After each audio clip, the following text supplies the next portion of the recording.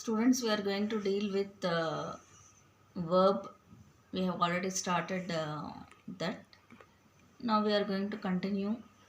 What is the importance of verb? As you all know, verb is that part of speech which makes sense, which gives sense to a sentence, and it tells you about the action that goes on in a sentence. What is the action that is being done by the subject, the noun? That is what is dealt in that. So, as you all know, this is the common definition of a verb, but we have certain types of verbs. The first one is primary auxiliary verbs, and the second one is modal auxiliary verbs. Under primary auxiliary verbs, we have three subtypes, namely be, do, and have. Be takes again the forms am, is, was, and were. You all know am shows the continuity, present continuous. It is used in the present continuous. Like you say, I am going, I am playing, I am coming, like that. And is also is used in present continuous. He is writing, third person present continuous. He is writing, he is going, she is giving. You will be using it that way. And similarly, when you use it in the past tense, then you say he was giving, he was writing, he was playing. And if it is plural, you say were, they were going. And if it is plural present tense, then you say they are going. So similarly, when you have the word do, and do takes three forms, that is do, does, and did. Do, does, as well as did. So here you have to remember that these words are used as main verbs and also as auxiliary verbs, helping verbs. So when the word is used with a certain meaning in that, then it is called as main verb. Like I do that work daily. You say I do that work daily. So here do shows an action, doing something.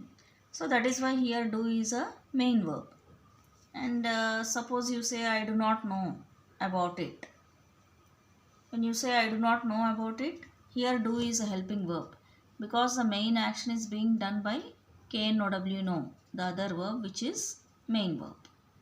So whenever you have do being used as a helping verb, then naturally you will be having the main verb also. And does is used in the present tense. He does the work perfectly. Suppose you say he does the work perfectly. So it is used in the present tense, singular. And at the same time, when you say did is used in the past tense. Did is used in the past tense. It is the same with the plural as well as singular. They did not come. Suppose you say they did not come. So here did is the helping verb and come is the main verb. And when you say they did all the work, here did is the main verb, because it is showing the action of doing. Similarly, he does the work perfectly, means he is doing the action. There also it is a main verb. Now suppose you say he does not come. There does is a helping verb and come is the main verb. So do takes three forms: do, does, and did. And have, the third one is have. Have takes again three forms, that is have, has, and had. Have is used for plural present tense and past tense, and it is used as a helping verb as well as a main verb. When you say they have not attended, so here attended is the main verb and have is the helping verb, because have is not showing you any action, whereas attended is showing you the action.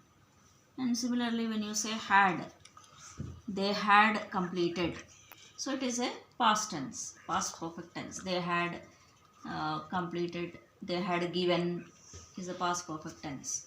So that way again it is a helping verb there because given is the main verb.